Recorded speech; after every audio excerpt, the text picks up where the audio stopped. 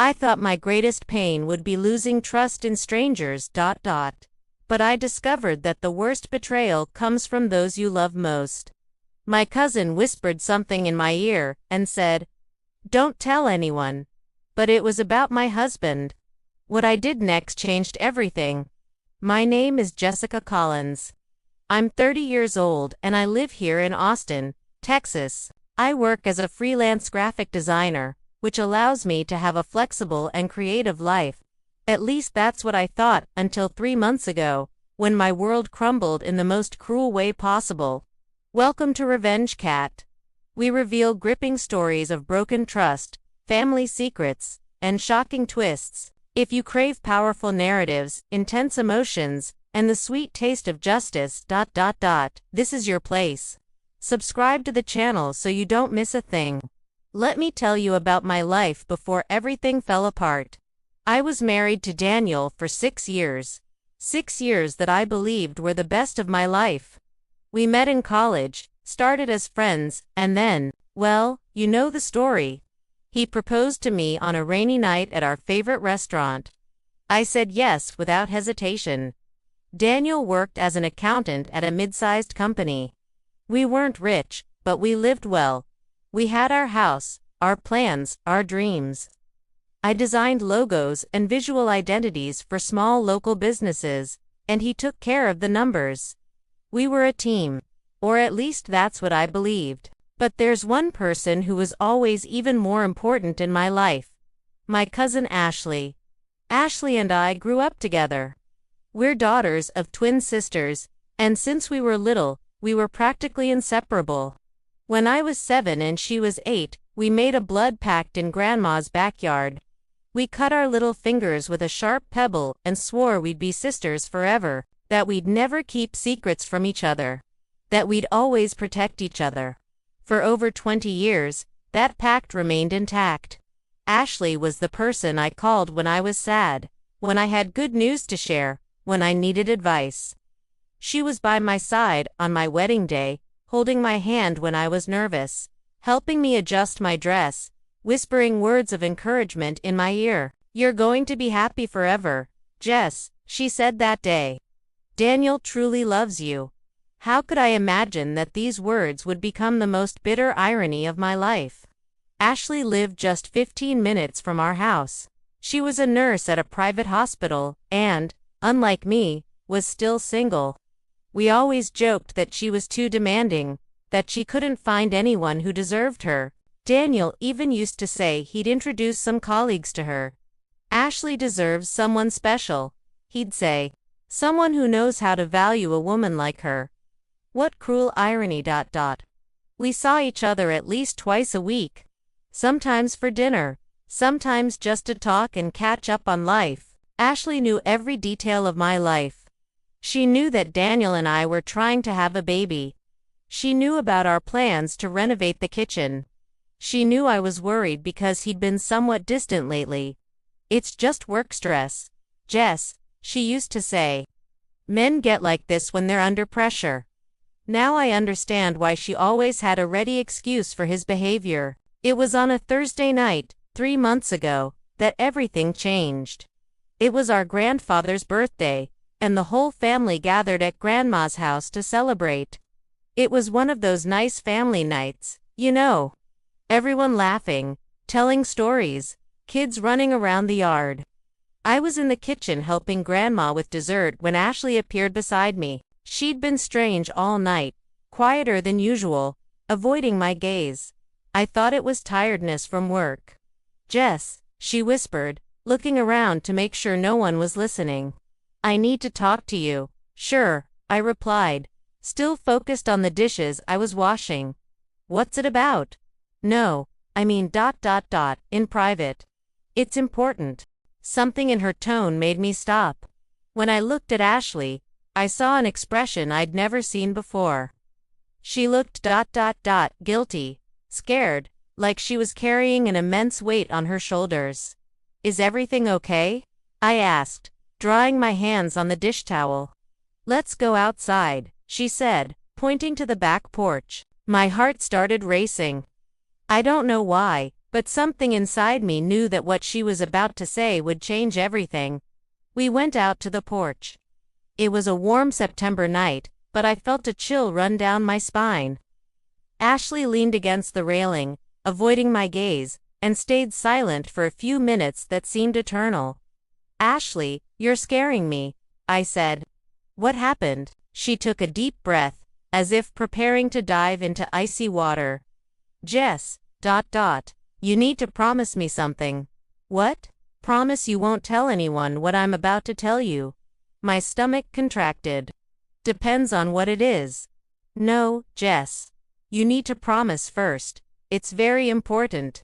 Promise it'll stay between us two, like we've always done."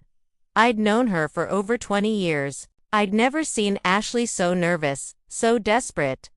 Against all my instincts, I gave in. "Okay, I promise." Ashley closed her eyes and sighed. "Jess, it's about Daniel." My heart stopped, literally stopped. "What about Daniel?" My voice came out almost as a whisper. I saw him last week. At the downtown bar, the one near his office." "So what?" "He sometimes stops there after work." "No, Jess. He wasn't alone." The air around me became heavy. I couldn't breathe properly. "Who was he with?" Ashley lowered her head. "With a woman, a redhead. They were very close." He had his hand on her thigh. "They kissed several times." Her words echoed in my head like gunshots. Each syllable was like a stab to my chest. "Are you sure it was him?" I asked, still trying to find a logical explanation, an escape from that nightmare. "I'm sure, Jess. It was Daniel." Tears started burning my eyes, but I held them back. I didn't want to cry there, in front of the whole family. "Why are you telling me this?" I asked. That's when Ashley did something I'll never forget. She looked up and stared at me, and in those eyes I'd known since childhood. I saw deep guilt, a remorse that seemed to consume her from within. Because that wasn't all I saw, Jess. My world started spinning. "What else?" Ashley started crying. Silent tears ran down her face as she struggled to find the words. "Jess, I made a terrible mistake. The worst mistake of my life." "What mistake?" My voice was colder now. Part of me already knew what was coming. 3 months ago, Daniel came to me. He said you two were going through a difficult phase, that you were being distant, that he felt alone, double quotes continue. He said he needed someone to talk to, someone who knew both of you. We started meeting for coffee. Just that, I swear. Just a talk. But I knew it wasn't just that. And then, one thing led to another. Jess, I didn't plan it. I never wanted it to happen. But it happened. The ground disappeared from under my feet. "Are you telling me you slept with my husband?" Ashley nodded, sobbing. "How many times?" "A few. During those 3 weeks. But I ended everything, Jess. I told him it was wrong, that I felt horrible. That's why he looked for that other woman." I couldn't process her words. My cousin, my childhood sister, the person I trusted most in the world, had betrayed me in the cruelest way possible. And my husband hadn't just betrayed our marriage, he had destroyed my family too. "How could you?" The words came out like a moan of pain. "Jess, please, forgive me." I was confused. He seemed so lost. "I never wanted to hurt you." "You never wanted to hurt me." I exploded. "Ashley, you slept with my husband. And then you sat in my living room, drinking coffee with me, listening to me talk about our relationship problems, knowing all along that you were part of the problem." I know it was horrible. Horrible. My voice was rising. "You destroyed my life." "Jess, please, lower your voice. The whole family is inside." "Oh, now you worry about the family." I took a deep breath, trying to control myself. People could appear at any moment. "Why are you telling me this now?" I asked. Because when I saw him with that other woman, I realized he doesn't care about either of us. He's just using people. and you deserve to know the truth. How convenient. You decide to be honest, just when you realize he is not going to leave his wife for you. Ashley didn't respond, but I saw in her eyes that I had hit the nail on the head. We spent a few minutes in silence. My mind was racing, trying to process everything. 3 months. For 3 months my life had been a complete lie. Jess, Ashley whispered. What are you going to do? I looked at her. This person I loved like a sister, this person who had stabbed me in the back in the cruelest way possible. I don't know, I replied. And it was true. You're not going to tell anyone, are you? You promised, ... double quotes at that moment, something inside me broke definitively. It wasn't just anger. It was deep pain, a feeling that everything I believed in had been an illusion. I'm going home, I said, getting up. Jess, wait, ... But I was already leaving. I made up an excuse to the family about a headache and left, leaving Daniel to come back with some relative later. The 15-minute drive home was the longest of my life. My mind was in complete chaos. Part of me wanted to confront Daniel immediately. Another part wanted to pretend nothing had happened. Yet another wanted to catch a plane and disappear from the map. But a small, quiet part, deep in my mind, began to elaborate a different plan. When I got home, I sat on our bed and started rethinking my entire life from the last 3 months. Daniel's delays. The lame excuses. The times he went out to meet friends and came back smelling different. The times I tried to start a conversation about us and he changed the subject. And Ashley. All the times she gave me relationship advice. All the times she told me to be patient with Daniel, that men needed space, ... She knew. All along, she knew why he was distant, because she was the reason. That's when the anger really came. A cold, calculated anger. It wasn't just pain anymore. It was thirst for justice. They thought they could fool me. They thought I was too stupid to find out. They thought they could play with me and then ask me to keep it secret when they felt guilty. They were very wrong. When Daniel came home that night, I was in bed, pretending to sleep. He entered the room trying not to make noise, like he always did when he came home late. He took a long shower, probably getting rid of perfume smell, and lay down beside me. I pretended to continue sleeping while he settled in and soon was snoring. I looked at the man beside me. This man I'd loved for almost 10 years. This man I dreamed of having children with. This man who had sworn to love and respect me until death do us part. And in that moment, I made a decision. I wasn't going to explode. I wasn't going to make a scene. I wasn't going to give them the satisfaction of seeing me destroyed. I was going to do something much worse. I was going to show them who I really was. In the following days, I started acting with a calm that surprised me. Daniel didn't notice anything different, which told me everything about how much attention he actually paid to me. Ashley tried to call me a few times, but I always made excuses not to answer. I'm swamped with work, I'd say. We'll talk later. Meanwhile, I started my investigation. First, I got access to Daniel's computer while he was showering. It wasn't hard to figure out the password. It was the name of the dog we had when we were dating, who died 2 years ago. How romantic of him to use our history to hide his betrayals, right? I found messages. Many messages. Not just with Ashley, but with at least 2 other women. The redhead Ashley had seen was just the most recent. The messages with Ashley were heartbreaking. Not because they were romantic. They were pathetic. He used exactly the same phrases he used with me when we were still happy. You're special. I've never felt this before. You complete me. I copied everything. Screenshots, prints, saved in multiple folders. Then, I started tracking his schedules.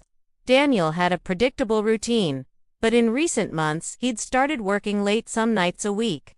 I discovered he frequented 3 different bars, probably so he wouldn't be seen always in the same place. I hired a private investigator. Yes, I know it sounds excessive, but I needed concrete evidence. The investigator brought me photos. Daniel with Ashley entering a cheap motel on the outskirts of town. Daniel with the redhead in his office parking lot. Daniel with a third woman I didn't even know existed. Each photo was like a stab, but at the same time gave me more power. More ammunition for what I was planning. The next step was mapping our financial situation. Daniel always handled the house finances, but I had access to everything. I discovered he was spending money we didn't have. Expensive dinners, gifts, even some jewelry that certainly wasn't for me. He was funding his mistresses with money from our future. During those 2 weeks of investigation, I had to continue pretending normalcy. Smile at Daniel when he came home. Make dinner. Watch Netflix beside him on the couch, knowing that hours before he was with another woman. It was the hardest performance of my life. Ashley kept trying to get in touch. She sent messages asking if I was okay, if I wanted to talk. Once she showed up at my door, but I didn't open it. I pretended I wasn't home. Through the keyhole, I saw her standing there for almost 20 minutes, looking at the window, knowing I was inside. "Jess, please," she said. "I know you're there. We need to talk." But I didn't open the door. I wasn't ready yet. Finally, after 2 weeks collecting evidence, came the moment I was waiting for.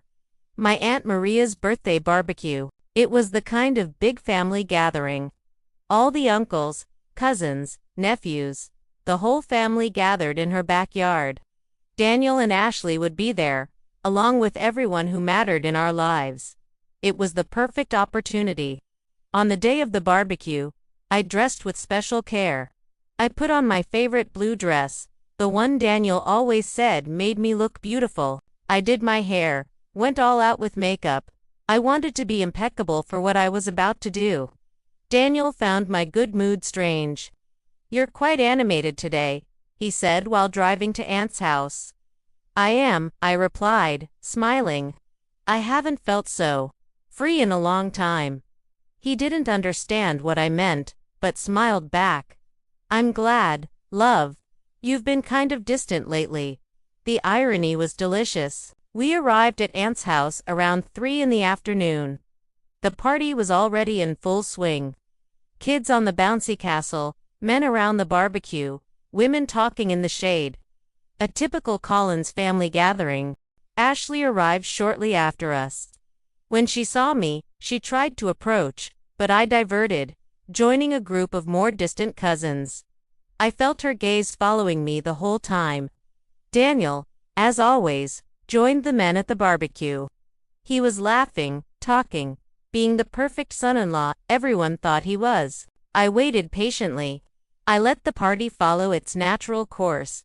I ate, talked, played with the kids.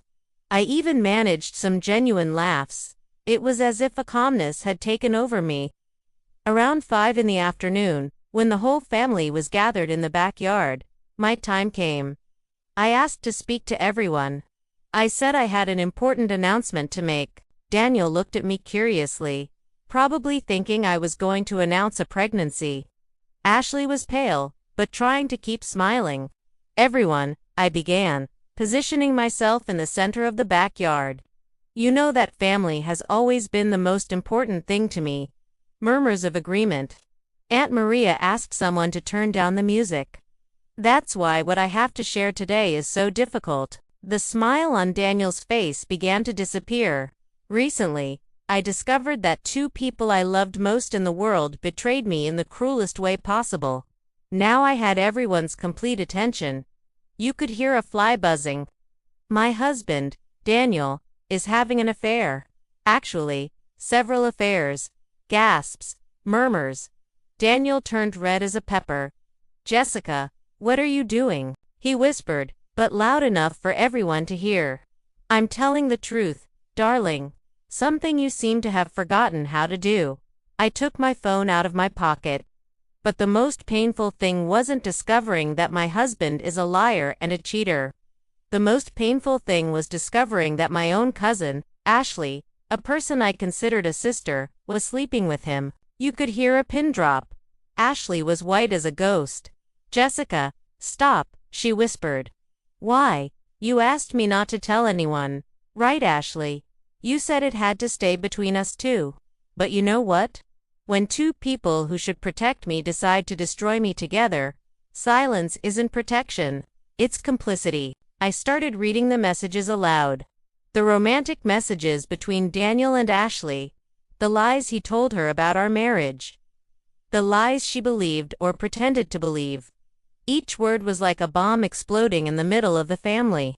Daniel tried to stop me, tried to take the phone from my hand, but my cousin John held him back. Let her speak, John said. She has the right. I continued reading.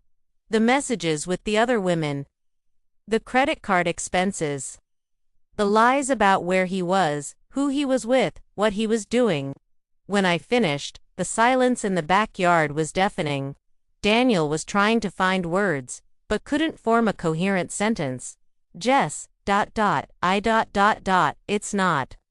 This ISN single quotes T. double quotes, Ashley was crying silently, makeup running down her face. You both thought you could play with me. I continued, my voice firmer than I imagined it would be. You thought I was too dumb to find out. You thought you could use me as a housewife. While you had fun behind my back. I looked directly at Ashley. And you, dear cousin, thought you could come ask me for secrecy. You thought I'd protect you both after discovering you destroyed me. Jess, please double quotes. Ashley tried to approach, but I stepped back. No, now you're going to listen to me. I took the divorce papers out of my purse. Yes, I had already taken care of everything. Daniel, you're going to sign these papers. You're going to leave my house today, and you're going to pay for every penny you spent on your mistresses. I handed him the papers with hands trembling from anger, not nervousness. And you, Ashley? You're no longer my family. You chose a married man over your own cousin. I hope those few nights were worth it because they cost over 20 years of friendship. I turned to the family. I apologize for doing this here, in front of all of you. But you deserved to know what kind of people Daniel and Ashley are, and I deserved to have my family by my side. When I finally found the strength to free myself from this lie, I left the backyard in silence. I didn't run, didn't cry, didn't look back. When I got to the car, my hands were shaking so much I could barely put the key in the ignition, but it wasn't fear or sadness. It was relief. Finally, after weeks carrying that weight, after weeks pretending everything was okay, I had freed myself. In the days that followed, everything changed very quickly. Daniel tried to reach me several times, but I had already changed the house locks. When he realized I was serious about the divorce, he tried to deny everything, then tried to minimize it. Then tried to blame Ashley. She seduced me. Jess, she kept saying you weren't giving me attention. I was vulnerable. Double quotes pathetic. Ashley also tried. She sent letters, left messages, even asked my mother to intercede for her. She says she's sorry. My mother told me on the phone that it was a mistake she carry forever. Good, I replied. She should carry it away from me. The family was divided at first. Some relatives believed I had exaggerated, that family problems should be resolved at home. But most sided with me, especially after they knew all the details. My grandmother, who always loved Ashley like a granddaughter, was devastated. I can't understand how she could do this to you, my child, she said, holding my hands. Family is sacred. The divorce was faster than I expected. Daniel had no way to contest the evidence I had collected. We settled on the division. He kept the debts he had made to fund his mistresses. I kept the house and a good part of the joint account. Poetic justice, if you ask me. 3 months have passed since that day at the barbecue. 3 months since my life changed completely. Today, when I look back, I don't feel regret for what I did. Could I have confronted Daniel privately? Could I have talked to Ashley before exposing everything? Maybe, but they had 3 months to be honest with me. 3 months to confess their mistakes. 3 months to spare me from living a lie. They chose silence and lies. I chose truth and freedom. I won't lie, it wasn't easy. There were nights when I cried myself to sleep. Days when I questioned if I had done the right thing. Moments when I missed my old life, even knowing it was based on lies. But today, as I write this story, I can say one thing for certain. I am at peace with myself. I learned that silence isn't always protection. Sometimes, silence is complicity.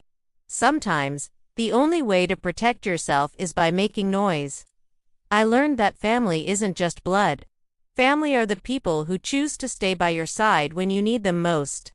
And I discovered I have more real family than I imagined. I learned that betrayal doesn't just hurt because you lost the person you loved.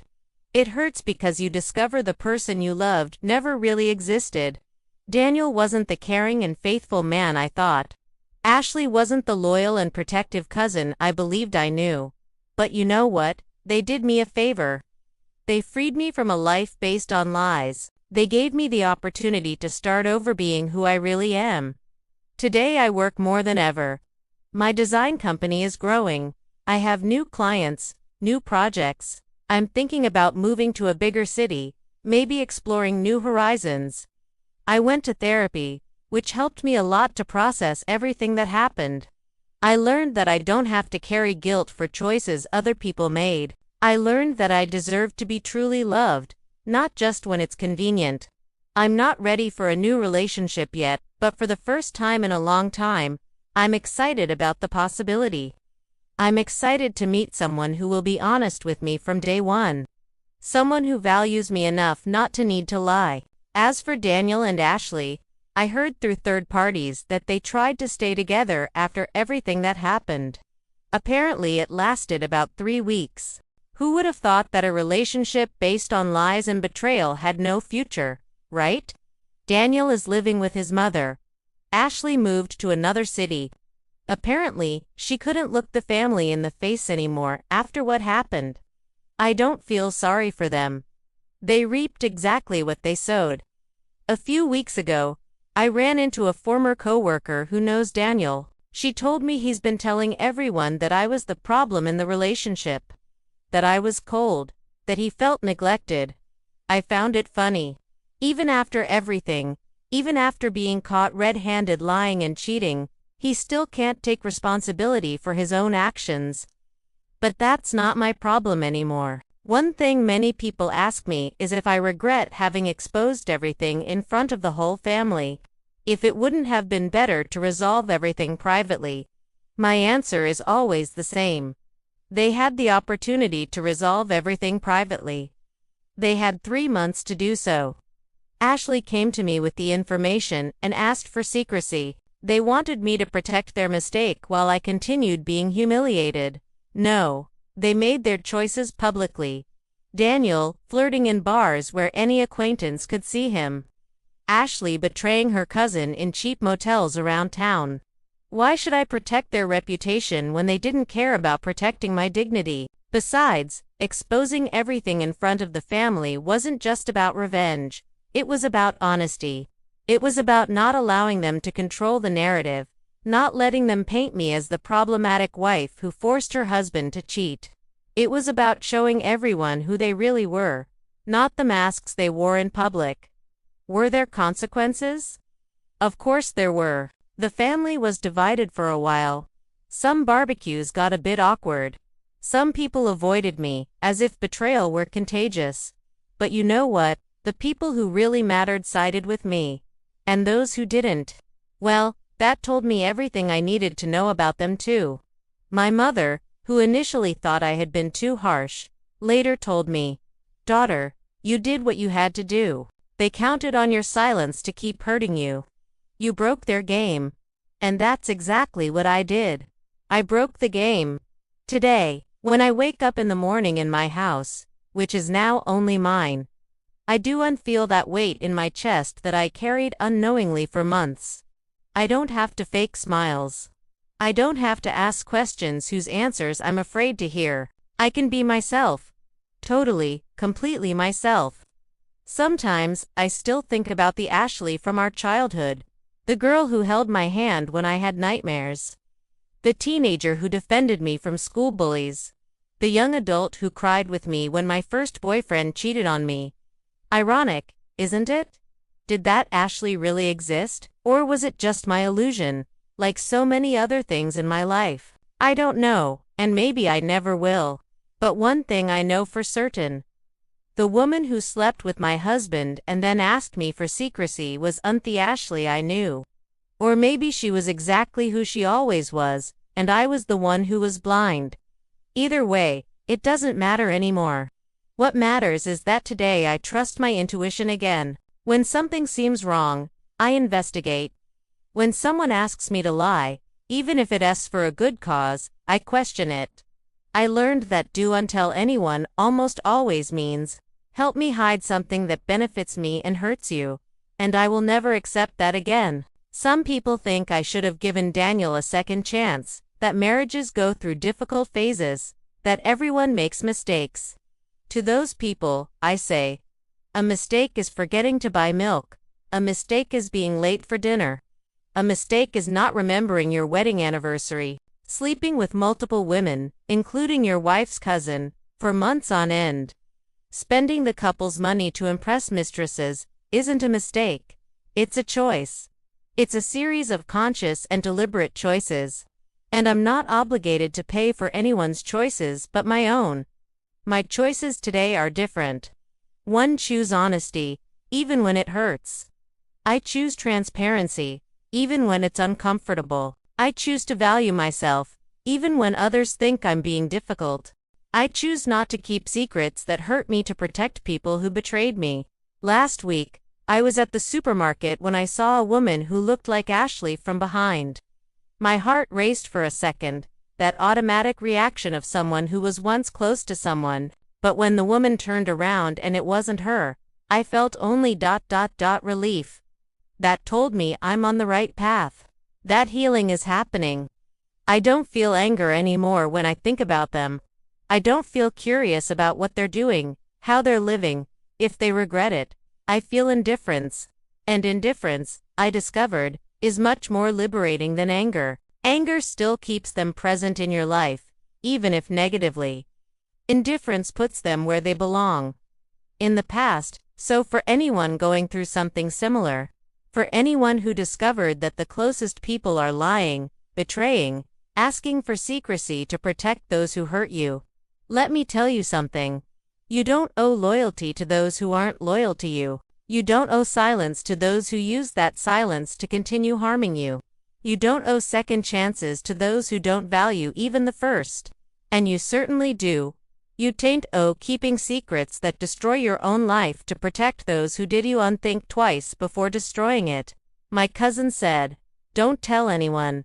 But it was about my husband, about my life, about my pain. And I chose to tell. I chose truth, even though it hurt. One chose my dignity, even though it cost relationships. I chose my freedom, even though it was harder than the comfortable prison of lies. And today, 3 months later, I can say it was the best choice I ever made in my life. I lost a husband who never truly respected me. I lost a cousin who never protected me when she had to choose. I lost some family members who value peace more than justice. But I gained something much more precious. I got myself back. I gained the certainty that I'm capable of defending myself. I gained the confidence that I deserve better. I gained the strength to never again accept crumbs when I deserve the whole banquet. And in the end, that trade was very much worth it. So, if you're going through something similar, if someone asked you to keep a secret that hurts you, if you discovered you're living a lie, remember, silence isn't always protection. Sometimes, silence is prison, and you deserve to be free. I chose freedom, and you can choose it too.